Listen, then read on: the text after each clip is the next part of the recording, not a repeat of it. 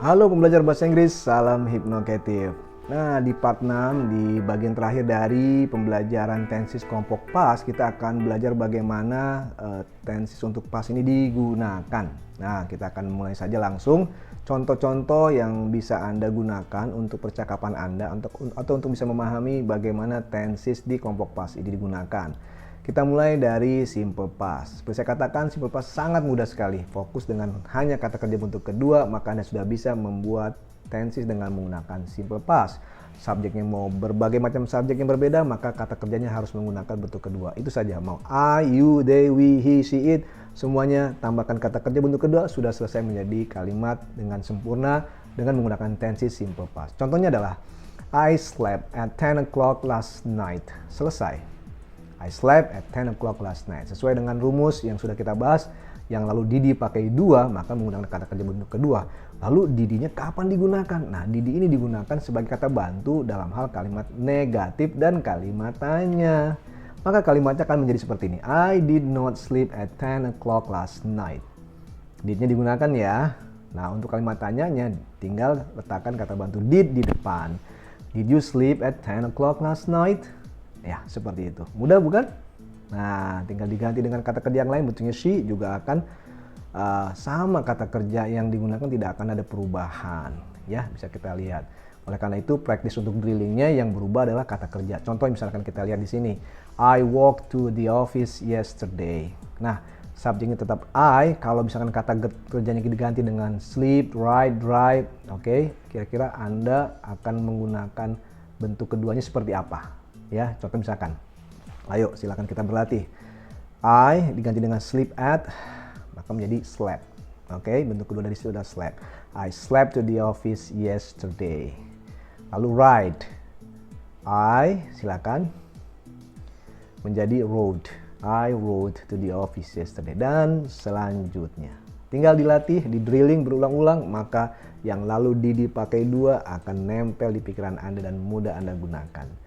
Selanjutnya kita akan masuk ke latihan berikutnya, yakni di past continuous. Yap, oke. Contohnya yang kita buat untuk past continuous adalah seperti ini. I was sleeping when you came. I was sleeping when you came. Ingat, ada dua kata kerja, ada dua kejadian dalam satu kalimat di di past continuous ini. Oke. Dan untuk penggunaan subjek seperti itu, ini juga harus memperhatikan ketentuan yang berlaku seperti berikut ini. Untuk I, he, she, it menggunakan was, you, they, we menggunakan were. Ini penting banget.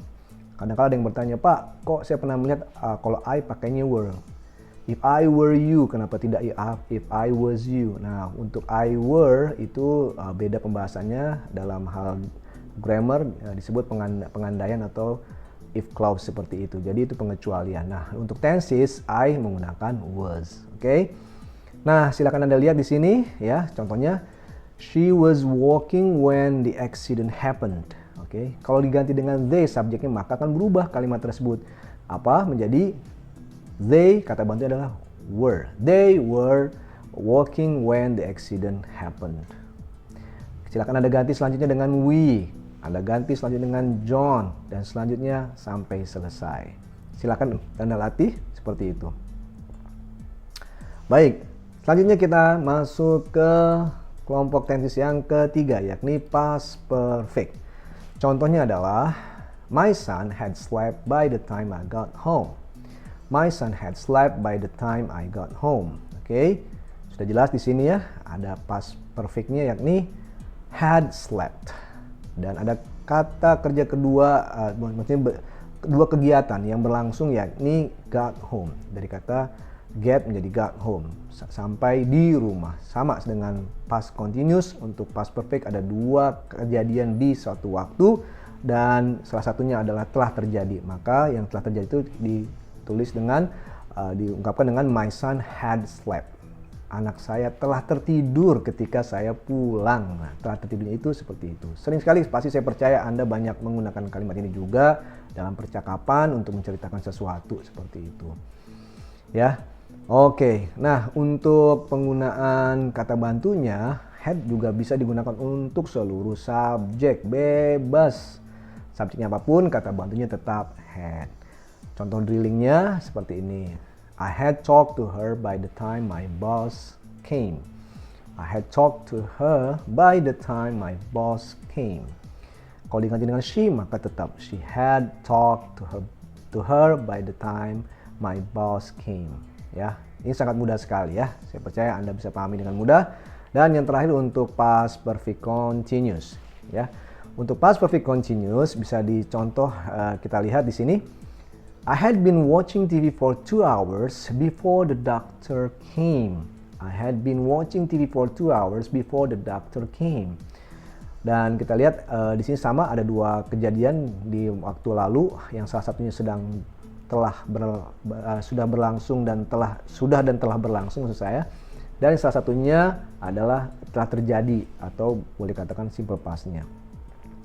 Di past perfect continuous ini kalau kita amati untuk subjeknya ya hampir sama. Semua kata had bisa digunakan untuk seluruh subjek. I, you, they, we, he, she, it semuanya menggunakan had been ya. The police had been looking for the criminal for 2 years before they caught him. Jadi polisi ini telah mencari dan masih terus mencari pada saat waktu kejadian di masa lampau itu ya. Si kriminalnya ini selama kurang lebih 2 tahun sebelum akhirnya menangkap. Nah, menangkapnya ini adalah simple past, caught him. Jadi menarik sekali nih kalimat ini ya. Ada kejadian di masa lampau, polisi sedang mencari, terus mencari sampai 2 tahun baru kemudian menangkap. Nah, kalimatnya akan berbentuknya seperti ini. Baik, semoga Anda bisa memahami ini dan bermanfaat buat Anda. Saya ucapkan terima kasih untuk pembahasan simple past. Selesai di sini dan kita kelompok past maksud saya selesai di sini dan kita akan masuk untuk pembahasan berikutnya kelompok future. Semoga bermanfaat. Salam Hypnocative.